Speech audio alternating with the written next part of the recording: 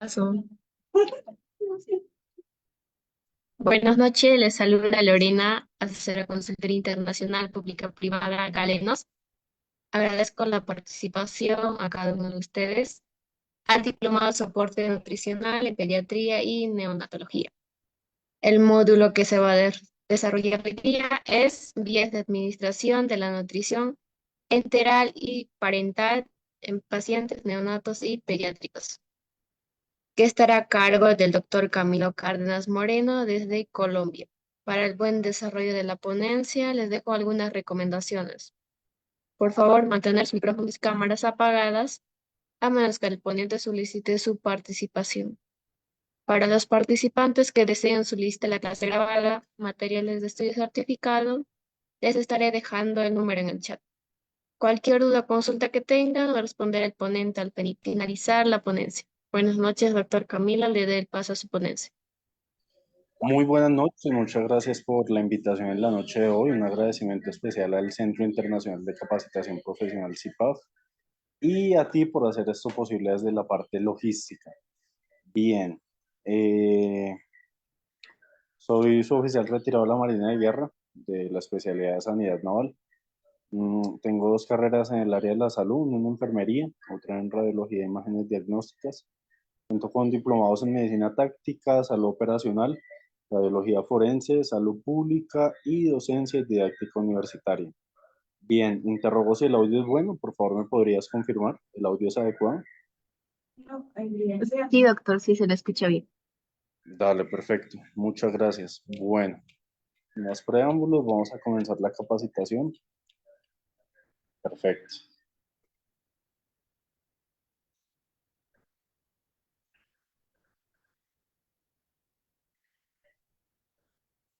Bien.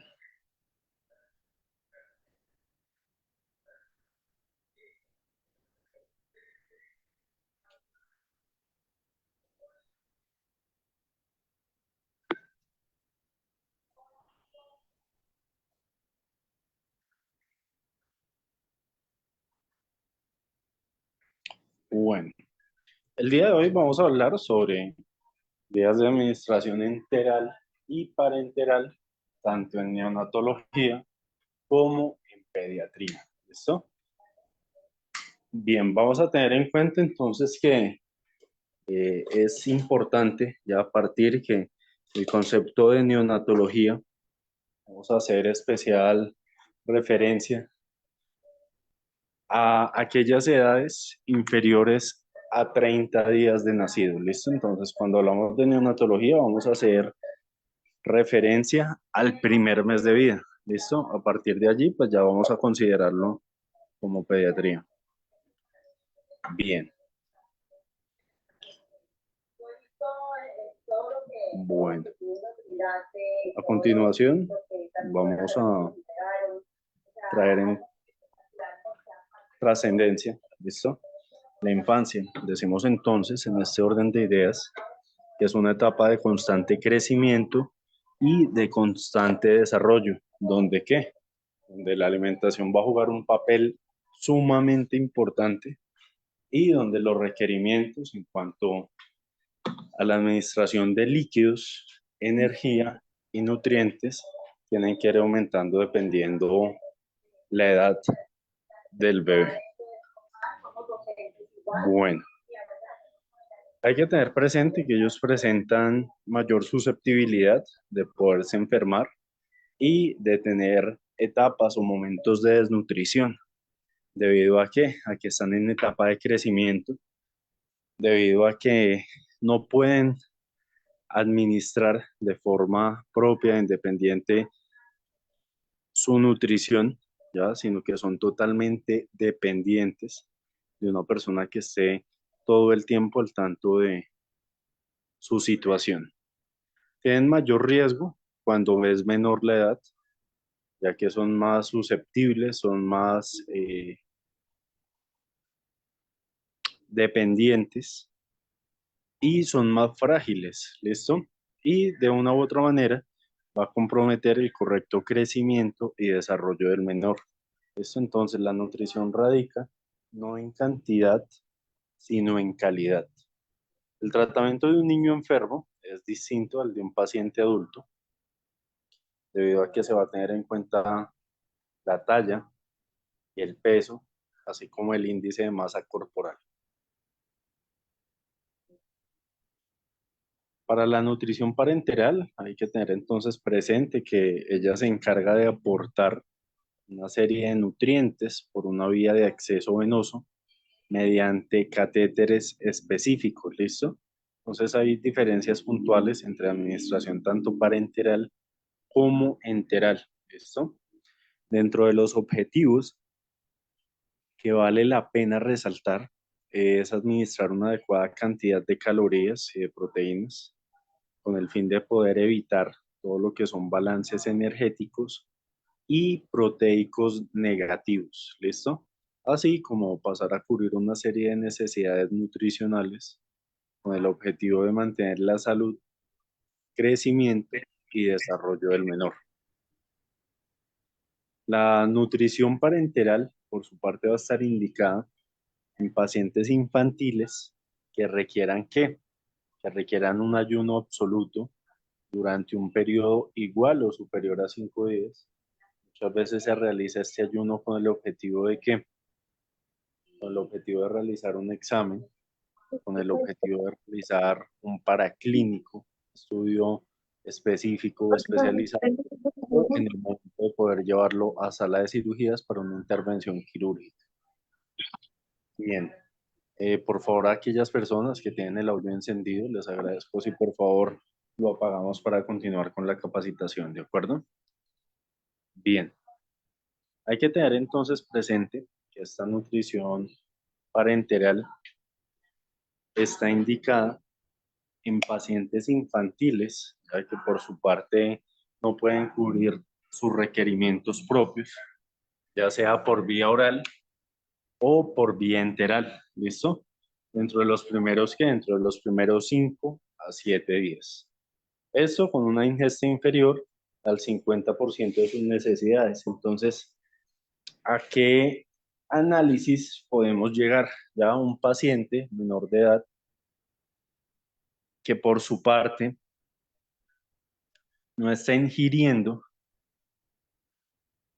menos del 50% de su alimentación necesaria, es motivo ya, para que el nutricionista, el pediatra y el neonatólogo pues tengan que valorar la posibilidad de cambiar su nutrición para parenteral y de esta manera pues no colocar el menor en una balanza donde el desequilibrio va a ser totalmente negativo. Hay una serie de indicaciones digestivas de patologías neonatales, ya sea congénitas, es decir, de nacimiento, o adquiridas. Entonces, hay algunas de mala absorción, como lo son resecciones intestinales, ileomeconial, gastrosquisis, enfermedades de Hirschsprung, hernia diafragmática, pseudoabsorción intestinal, enterocolitis, diarrea grave. Hay que tener en cuenta entonces que la diarrea, ¿ya?, superior a 8 veces, 6 veces, pues va a comenzar a causar en el menor resequedad, ¿listo? Entonces vamos a poder evidenciar que hay deshidratación cuando hay eh, superior a 6. Por otro lado, tenemos entonces las fístulas, algunas inmunodeficiencias, enteritis por radiación, enfermedades inflamatorias a nivel intestinal, pancreatitis agudas y ascitis quilosa. Esto, entre otras indicaciones extradigestivas. Vamos a tener en cuenta entonces en la prematuridad los grandes quemados, los politraumatismos. En cuanto al hipercatabolismo, ya pacientes con programación de cirugía, de trasplante de órganos, ya sea hígado, médula ósea, intestinos, en fallas viscerales, como lo son caquexias cardíacas, insuficiencias hepáticas o renales agudas y mucositis grave. ¿Listo? Estas son algunas de las principales enfermedades por las cuales es necesario, ¿ya?, formular en el menor nutrición parenteral. Bien, la nutrición parenteral, conocida por sus siglas NP, es una nutrición total o a largo plazo, la cual se va a asegurar a través de accesos venosos centrales, donde la vena yugular interna, la subclavia y la yugular externa nos va a permitir administrar, ¿ya?, diferentes soluciones para mantener una hidratación y un nivel de balance completamente normal. Entonces tenemos grandes volúmenes de líquidos, soluciones entre 1300 a 1800, mayor densidad calórica entre 1.0 y 1.2, y cuando no se puede administrar alimentos por vía oral enteral por más de 7 días, pero que no sea mayor de 30 días. ¿Listo? Este es la nutrición parenteral a nivel central, es un acceso periférico directamente al corazón. Por otro lado, tenemos entonces una nutrición parenteral periférica. En esta sí hay riesgo o presencia de desnutrición severa. Esta se va a llevar a cabo a través de diferentes accesos venosos a nivel periférico, es decir, de venas subcutáneas, donde pues realmente la duración en comparación con un acceso venoso central, pues es un tiempo bastante mínimo. Estas vías son de corta duración, por lo que el volumen total aproximado suele ser entre 1500 y 2500 mililitros. Mm, También se van a pasar entonces soluciones de baja osmolaridad entre 600 a 800 mols, una densidad calórica entre 0.6 y 0.8, un pH entre 6.0 y 7.4. Hay que tener entonces presente que este tipo de sucesos se van a asociar, ¿ya?, con un aporte hipocalórico o parcial, ya que no llega a cubrir el 50% de los requerimientos del paciente. Entonces hay que tener breve conciencia entre la cantidad de tiempo, la estancia hospitalaria que va a requerir el menor, y de esta manera ver la posibilidad de ser más viable una nutrición parenteral central a una nutrición parenteral periférica. ¿Listo? La periférica son en hospitalizaciones de muy corta duración o en reposición de líquidos. Por otro lado, tenemos entonces la nutrición parenteral periférica. Se tiene como objetivos poder minimizar el balance nitrogenado y energético negativo. Es un medio provisional y complementario también para poder alimentar al paciente. Y dentro de sus indicaciones más puntuales, ya nos va a servir como complemento de la nutrición enteral u oral. En ese orden de ideas, pues sí sería mucho mejor una periférica en comparación con los riesgos de la central. También se va a optar por nutrición parenteral periférica si en el momento de asegurar un acceso venoso central mm, suele ser muy complejo. Por otro lado, entonces tenemos los requerimientos calóricos y proteicos del paciente de forma inadecuada, y cuando el paciente no puede utilizar el tracto gastrointestinal por un periodo no mayor de 14 días. ¿Qué requerimientos va a tener la nutrición parenteral? Entonces, se va a tener presente todo lo que es un gasto energético total. Vamos a tener presente la individualización, ya como lo son aspectos propios del menor, edad, estado nutricional, alguna enfermedad o comorbilidad de base. En pacientes hospitalarios con alto riesgo de desnutrición, hay que calcular el gasto energético en reposo, también conocido por sus siglas YER, y corregido por un factor que incluye la actividad y el grado de estrés. Dentro de eso, pues hay que realizar una serie de ecuaciones de predicción, siendo la más aceptada la fórmula de Schofield. Hay que tener entonces presente que a través del factor de actividad y el grado de estrés, así como el cálculo del gasto energético en reposo, pues va a variar entre 1.1 y 1.2 con enfermedades moderadas en intensidad.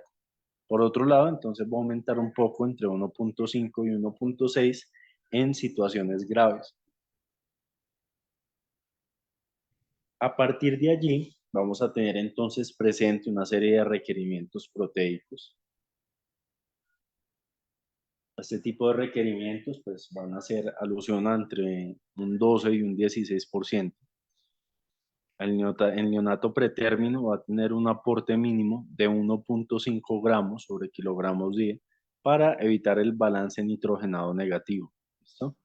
Entonces, en este orden de ideas, el recién nacido, la nutrición parenteral, va a tener entonces unas recomendaciones y unos límites entre 2.5 y 3.5, con unos límites de 1.5 hasta 4 gramos. ¿Listo? Por otro lado, entonces tenemos el recién nacido a término. Se va a tener unas recomendaciones entre 2.3 y 2.7, una serie de límites entre 1.5 a 3. Esto entonces va a ser mayor el requerimiento proteico de un recién nacido a pretérmino a un recién nacido en término. Se recomienda que se constituya del 25 al 40% de las calorías no proteicas. En este orden de ideas decimos entonces que dentro de los lactantes va a haber un aporte máximo de 3.4 gramos y un ritmo de infusión de 0.13 a 0.17 gramos. De esta forma, pues dependiendo la evolución del paciente, se va a permitir una serie de implementación paulatina de 0.5 hasta 1 gramo sobre kilogramo día, especialmente en pretérminos de muy bajo peso.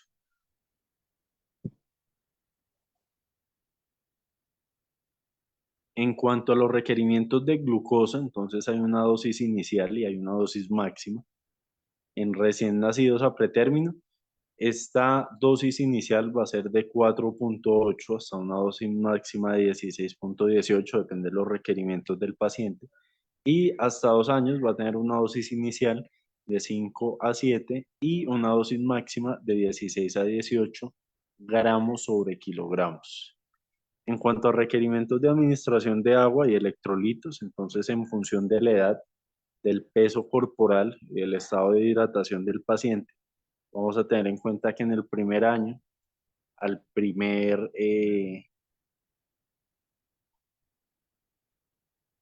mes de vida, ¿ya? Comenzando entonces desde el primer mes hasta el primer año, se va a administrar agua, aproximadamente 100 mililitros de agua, ¿ya? Sobre kilogramo al día. Electrolitos, como lo son administración de sodio, cloro y potasio, de 2 a 3 kilogramos día. Dentro de los requerimientos de la administración de minerales y de oligoelementos y vitaminas, vamos a tener entonces la administración de calcio, ¿verdad? Entre 40 y 90 en un recién nacido pretérmino, en un recién nacido entre 40 y 60. Y por otro lado, entonces vamos a tener en cuenta la administración de potasio de 3 hasta 7 en un recién nacido a pretérmino y en un recién nacido de 3 a 6. Para conseguir siempre una adecuada retención fosfocálcica, se va a recomendar una relación bastante equitativa, ¿ya? Y muy similar entre la una y la otra. ¿Listo? Bien. Por otro lado, y no menos importante, entonces vamos a irnos a la administración de oligoelementos. Dentro de estas, pues vamos a tener en cuenta la administración de algunos elementos como lo son hierro, zinc, entre otros. Ya en un recién nacido a pretérmino, la administración de hierro ya va a ser entre 100 y en un recién nacido término hacia un año vas a tener una administración de 100 sobre kilogramo día, y de zinc en un recién nacido pretérmino de 400, y en un recién nacido a término hasta el año entre 250, ya inferior o menor a 3 meses, y posteriormente entonces se va a seguir con la administración de 100 kilogramos día cuando es mayor a 3 meses. ¿Listo? En cuanto a la administración de vitaminas, vamos a tener presente diferentes vitaminas como lo son la A, la D, la D, el ácido ascórbico, la tiamina, la riboflavina, la piridixodina, la niacina, el pantoténico, la biotina y el folato. ¿Ya? De acuerdo a eso, pues hay una dosificación necesaria de acuerdo a el peso y la edad en un recién nacido a pretérmino. Se va a administrar de 700 a 1500, una dosis de sobre kilogramo día. En un lactante, esta se va a doblar la vitamina E de 3.5 a 7.10 para un lactante de un niño superior a un año. De vitamina D de 40 a 160 kilogramos día en un recién nacido pretérmino, y en un lactante entre 400. ¿Listo? Generalmente entonces cada una de las dosificaciones anteriormente nombradas, cuando son en recién nacidos a pretérmino, ya a esa fórmula, ya vamos prácticamente a multiplicarla por 2 y va a ser lo que se le tiene que administrar en cuanto a la reposición de vitaminas a un menor, ya que oscila entre un año. Bien, en la composición de las fórmulas parenterales, entonces decimos que hay una serie de macronutrientes y de minerales sobre dosis limitadas. Dentro de esto, pues hay que tener previo aviso de que la osmolaridad por su parte del producto viene dada fundamentalmente por los macronutrientes incorporados dentro de la mezcla. Entonces, por eso hay que poner especial atención al nutricionista en el momento de poder realizar la fórmula debida y adecuada para cada paciente de forma específica e individualizada. En cuanto a la composición en proteínas, entonces tenemos aminoácidos libres o dipéptidos, cuales van a aportar aproximadamente 4, y van a aportar, entre otros suplementos, ya histidina, cisteína, tirosina y taurina, ¿listo? Debido a que a la inmadurez hepática y o renal de los sistemas enzimáticos. Por otro lado, y no menos importante, entonces hay que tener en cuenta otra composición de elementos vitales, como lo es la destroza o glucosa, también conocida como azúcar, del 5% al 70%. Por otro lado, entonces vamos a empezar aportando entre 6 a 9 gramos sobre kilogramo y se van a aumentar de 2 gramos sobre kilogramo si es bien tolerado por el menor, ¿vale? Dentro de este orden de ideas, también tenemos una composición de lípidos. Allí se van a aportar entre 9 a 10 sobre kilogramo y se va a usar una serie de mezclas superiores a un 50%, desde la cual se va a disminuir la formación de peróxidos y se va a recomendar el uso de una serie de emulsiones con concentraciones entre 20 a 30%. La administración puede ser ya entre las primeras 48 horas de vida. La forma en que se tiene que iniciar la administración parenteral en ese orden de ideas va a ser con 1 gramo sobre kilogramo día, y el aumento progresivo se va a llevar a cabo entre 0.5 a 1 gramo sobre kilogramo día, en un máximo punto de 2.5 hasta 3 gramos, si es bien tolerado, pero pues no hay que exceder de ese punto limítrofe, un 0.2 gramos sobre kilogramo hora. Siempre tener presente la monitorización de los triglicéridos, y si es mayor a 150 miligramos sobre decilitro, se va a disminuir, y si es mayor a 200 miligramos sobre decilitro, se va a comenzar a suspender la administración de la composición de lípidos.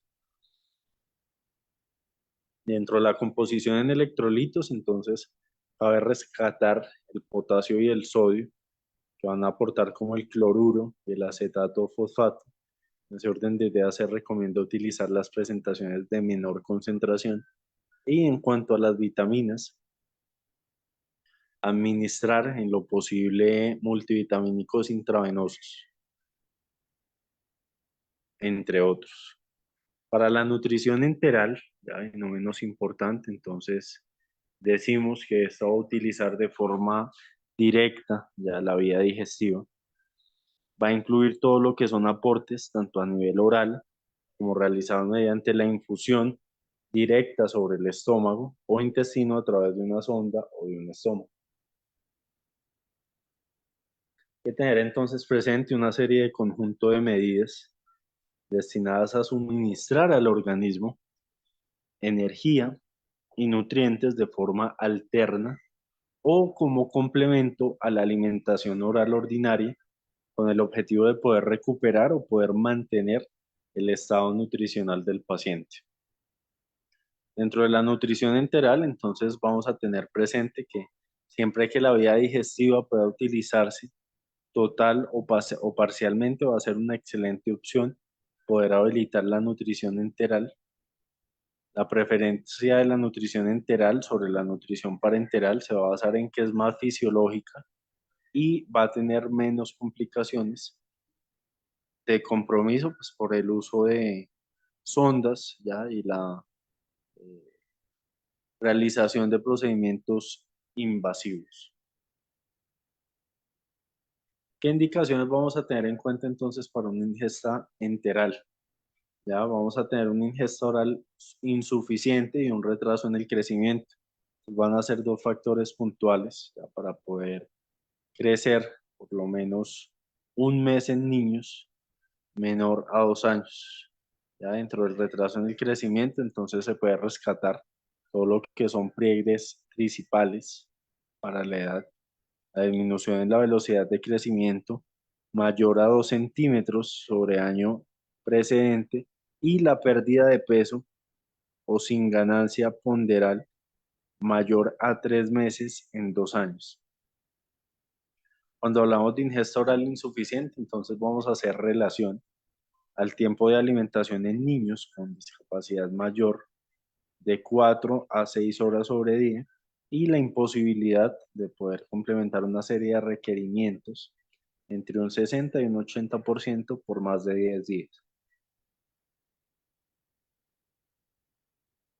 En ese orden de ideas vamos a tener en cuenta una incapacidad para ingesta oral menor a 1 o 3 días y otra incapacidad para ingesta oral, la cual comprende entre 1 a 5 días. Para la nutrición enteral, entonces vamos a tener en cuenta una serie de patologías, ya como lo es el crecimiento o la desnutrición grave. Dentro de ello, pues vamos a traer a colación la anorexia, las causas psicosociales, las enfermedades hepáticas crónicas y las enfermedades renales. Por otro lado, tenemos entonces nutricionales a modo de incrementación, como lo son EPOC, enfermedades pulmonales obstructivas crónicas, broncopulmonales, traumatismos, quemaduras, cardiopatías congénitas, fibrosis, entre otros. Cuando hay incapacidad para poder digerir o asimilar la alimentación, entonces todo lo relacionado a anormalidades congénitas, a enteritis, diarrea intratratable del lactante, enfermedades hepáticas y fístulas intestinales. Finalmente, y no menos importante, entonces tenemos la motilidad gastrointestinal. Allí se va a llevar a cabo la compresión de la alteración en la deglución, en la prematurez, en un daño neurológico del paciente, anormalidades congénitas, tumores de cráneo y de cuello, traumatismos, y cirugías gastrointestinales. De acuerdo a lo anterior, vamos a tener entonces presente que hay una serie de contraindicaciones para la nutrición enteral, dentro de ellas cuáles. Hay unas que se van a considerar absolutas y otras relativas. Hablamos de las absolutas cuando está el hilio mecánico paralítico, obstrucciones intestinales y enterocolitis necrosantes. Por otro lado, y no menos importante, entonces tenemos las relativas. Dentro de estas vamos a poseer una dismotilidad intestinal, un megacolon tóxico, una peritonitis, una fístula enterocutánea de alto gasto, un vómito severo que también nos va a causar deshidratación y una diarrea intratable. Entonces, sabemos que hay diarrea cuando hay más de 6 evacuaciones por día. Dentro de las vías de acceso, entonces poseemos las gástricas. Dentro de ella tenemos una sonda nasogástrica, cuya función es un periodo literalmente muy corto, entre 8 a 12 semanas. Y tenemos la gastrotomía endoscópica percutánea, donde vamos a usar el PEC o quirúrgico. En ostomías prolongadas se va a sustituir la sonda a las 12 semanas, posteriormente por un botón.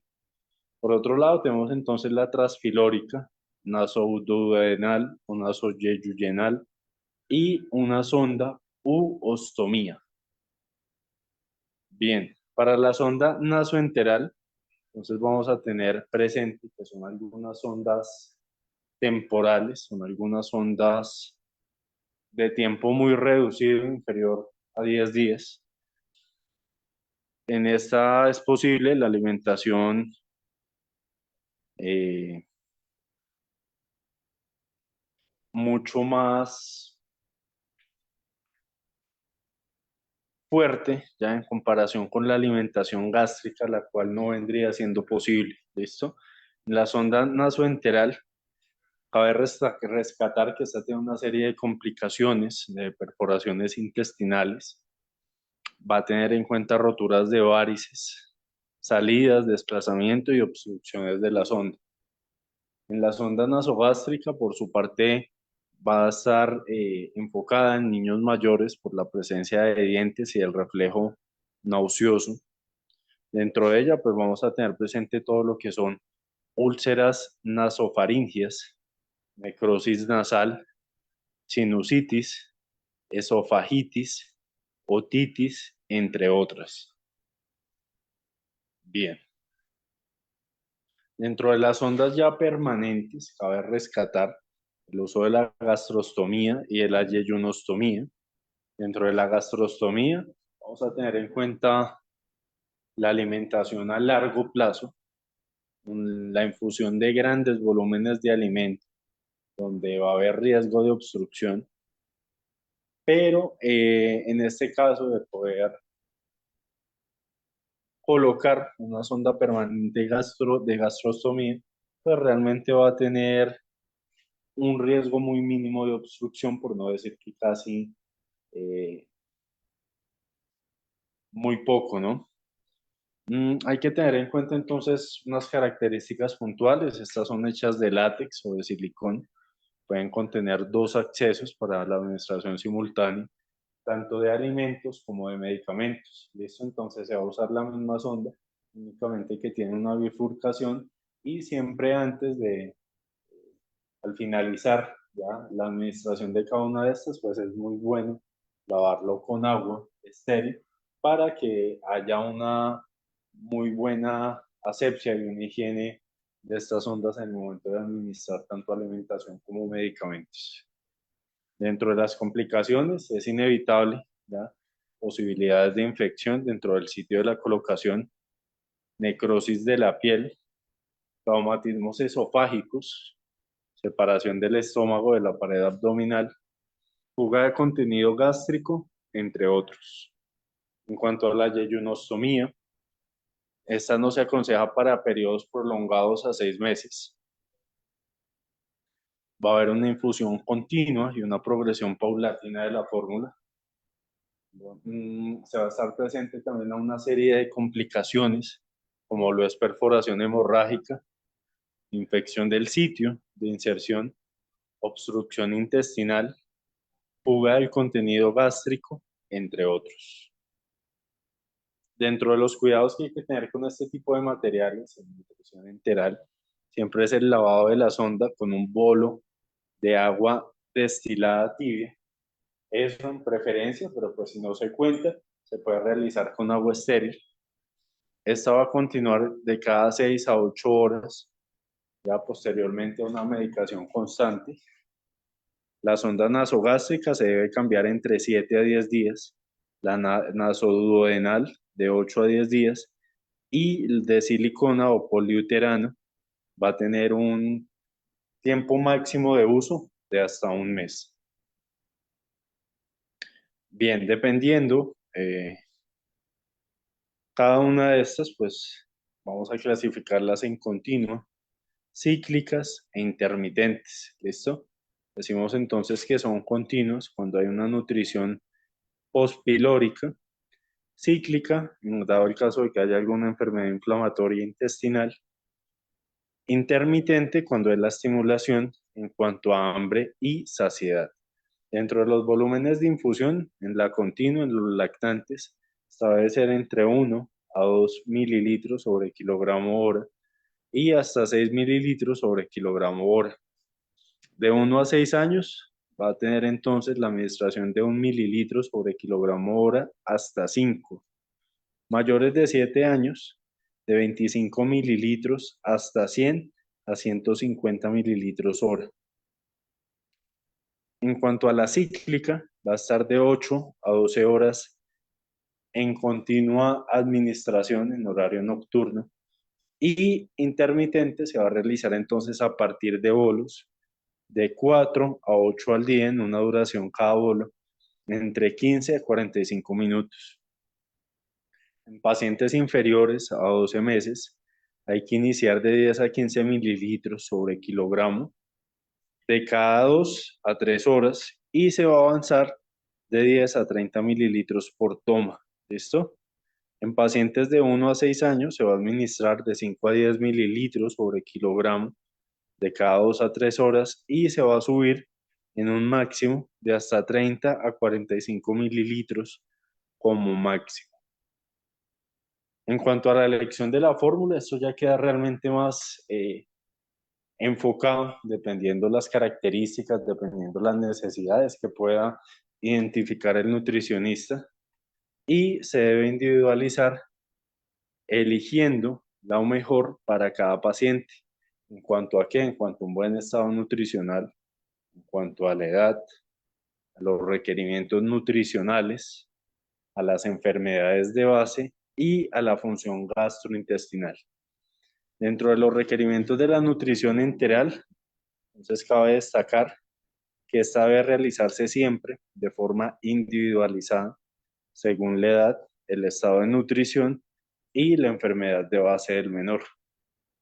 Dentro de la nutrición enteral, entonces, cabe estimar ya que hay que iniciar de manera isosmótica de 280 a 300 sobre kilogramo. La osmolaridad en preparaciones para niños mayores de 4 años no debe ser mayor de 400 y es inevitable, ya y es importante, incrementar siempre el volumen de manera paulatina, es decir, de manera progresiva, ascendente, desde 1 mililitro sobre kilogramo hora y progresar de acuerdo a tolerancia entre 0,5 a 1 mililitro sobre kilogramo hora.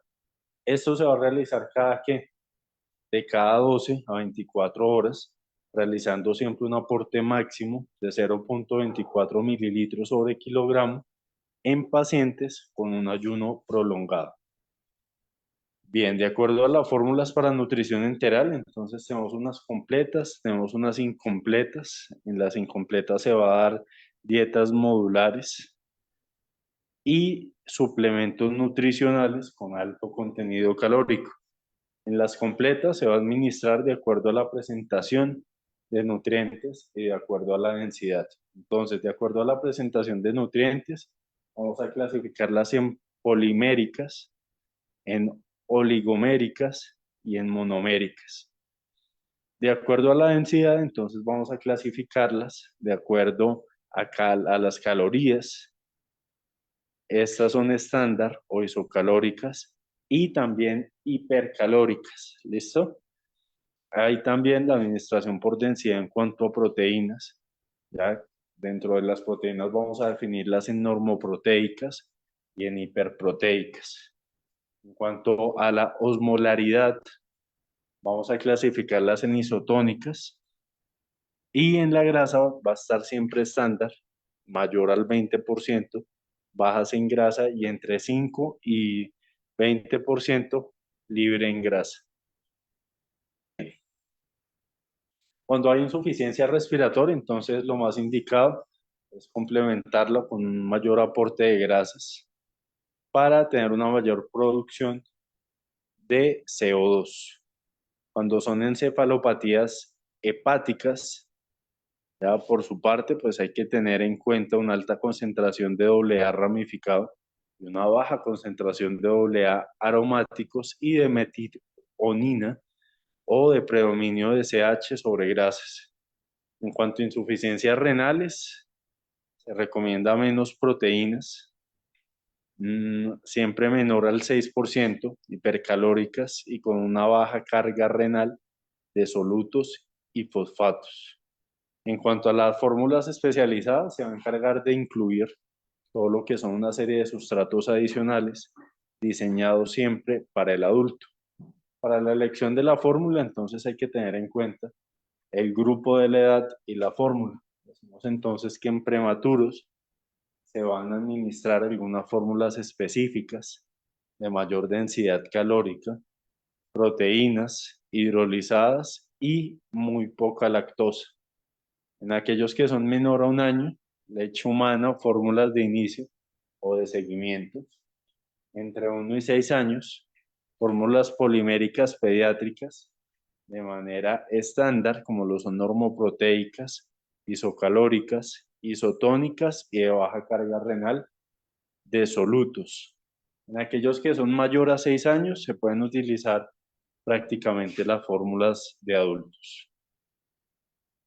Dentro de las precauciones, cabe rescatar no exponer fórmulas a temperaturas cálidas por más de 4 horas, debido a que se pueden eh, dañar, ¿ya? Y las fórmulas preparadas y reconstituidas no deben estar colgadas por más de 4 horas. Por otro lado, y no menos importante, entonces las fórmulas estériles van a estar cerradas y estas pueden estar hasta 24 horas en infusión. Dentro de las complicaciones, tener en cuenta entonces siempre las infecciones, tener en cuenta complicaciones a nivel gastrointestinal como posibles diarreas, náuseas, vómito, estreñimiento, entre otras. Bien, a continuación los voy a dejar con un video ya para denotar las diferencias puntuales entre nutrición enteral y nutrición parenteral.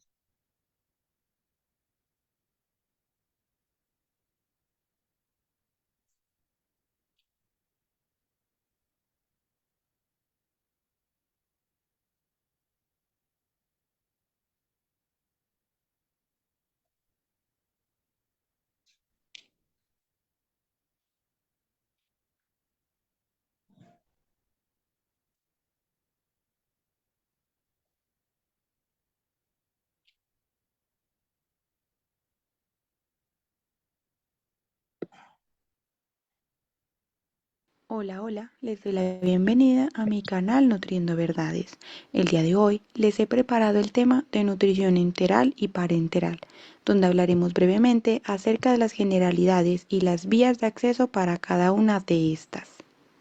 Bien, en cuanto a la nutrición enteral, sabemos que posee algunas ventajas como lo son la disminución de infección y anomalías metabólicas. Se puede decir que incluso con la administración de esta a bajos volúmenes se puede promover la madurez gastrointestinal en lactantes prematuros. Por otra parte, mantiene y puede ayudar a restablecer la integridad de la mucosa gastrointestinal, además de ayudar en la restauración de las enzimas digestivas. Bien, una nota curiosa es que al limitar la nutrición estándar se puede utilizar en algunos casos fórmulas artesanales, siendo un plus para la economía familiar del paciente. Ahora sí, en cuanto a indicaciones de esta, se recomienda el inicio temprano dentro de las primeras 24 a 48 horas en pacientes críticos que por su estado no puedan realizar ninguna ingesta de alimentos.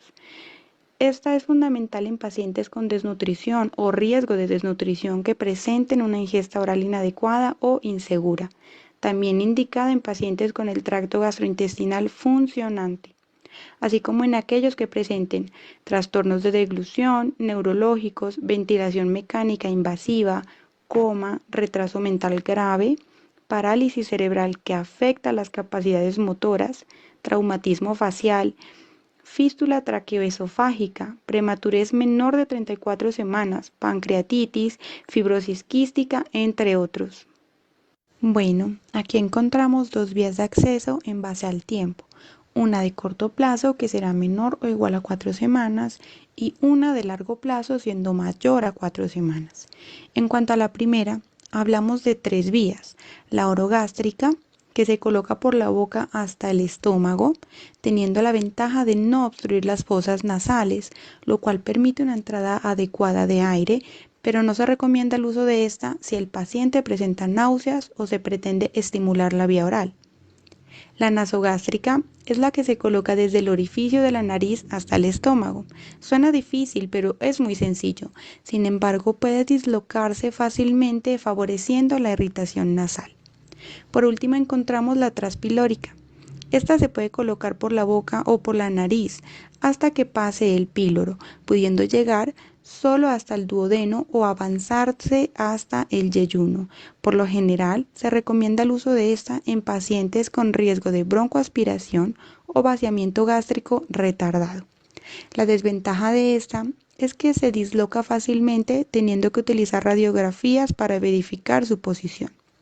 Bien, en cuanto a las vías de acceso de largo plazo, encontramos dos. La gastrostomía, por la cual se necesitan sondas de mayor calibre, por lo que hay menos riesgo de obstrucción de la sonda. ¿Es más estable? Sí. Y con menos riesgo de dislocación.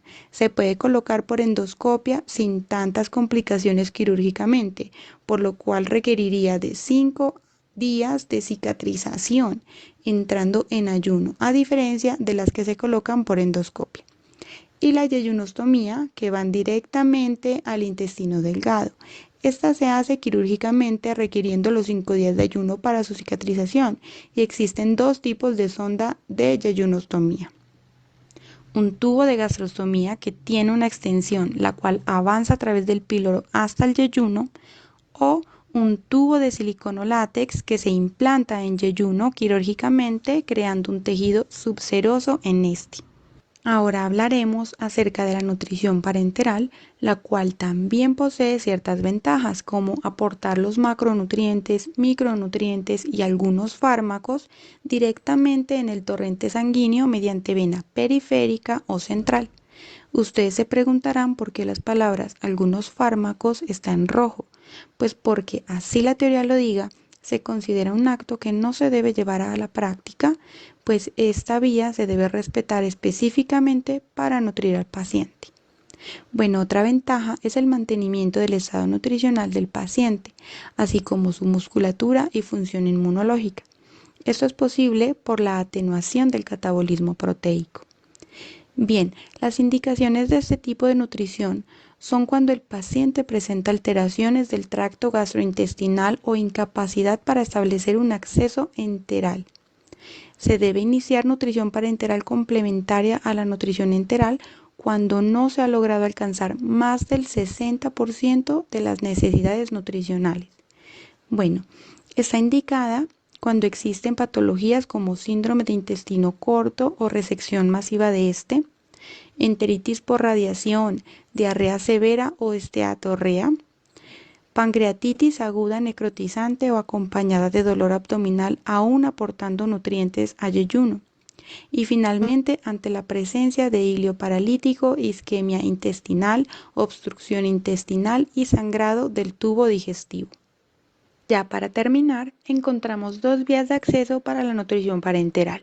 La vía central, destinada a un tiempo mayor o igual a 14 días, indicada para situaciones donde ésta se requiere menos de 2 semanas y el acceso venoso periférico está limitado, y situaciones de estrés metabólico severo, donde los requerimientos nutricionales son elevados o se requiere restricción de líquidos, como en casos de insuficiencia hepática o renal.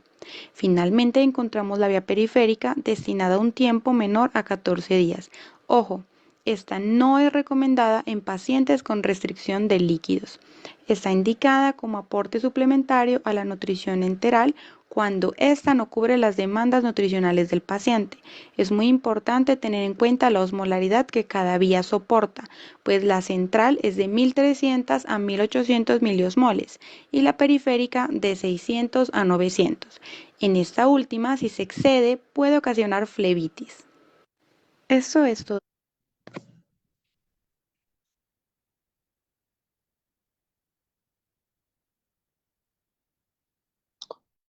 Perfecto. Bueno, nuevamente agradecerles a ustedes por su compañía en la noche de hoy, por su compromiso con la educación. No me queda más que desearles una excelente noche, buen viento y buena mar. Recordarles que este material, así como la posterior certificación, va a ser enviada a través de los diferentes canales de comunicación donde se realizó conexión directa con cada uno de ustedes. Desde Colombia, su país hermano, les envío un fuerte abrazo, deseándoles una excelente noche. Muchas gracias.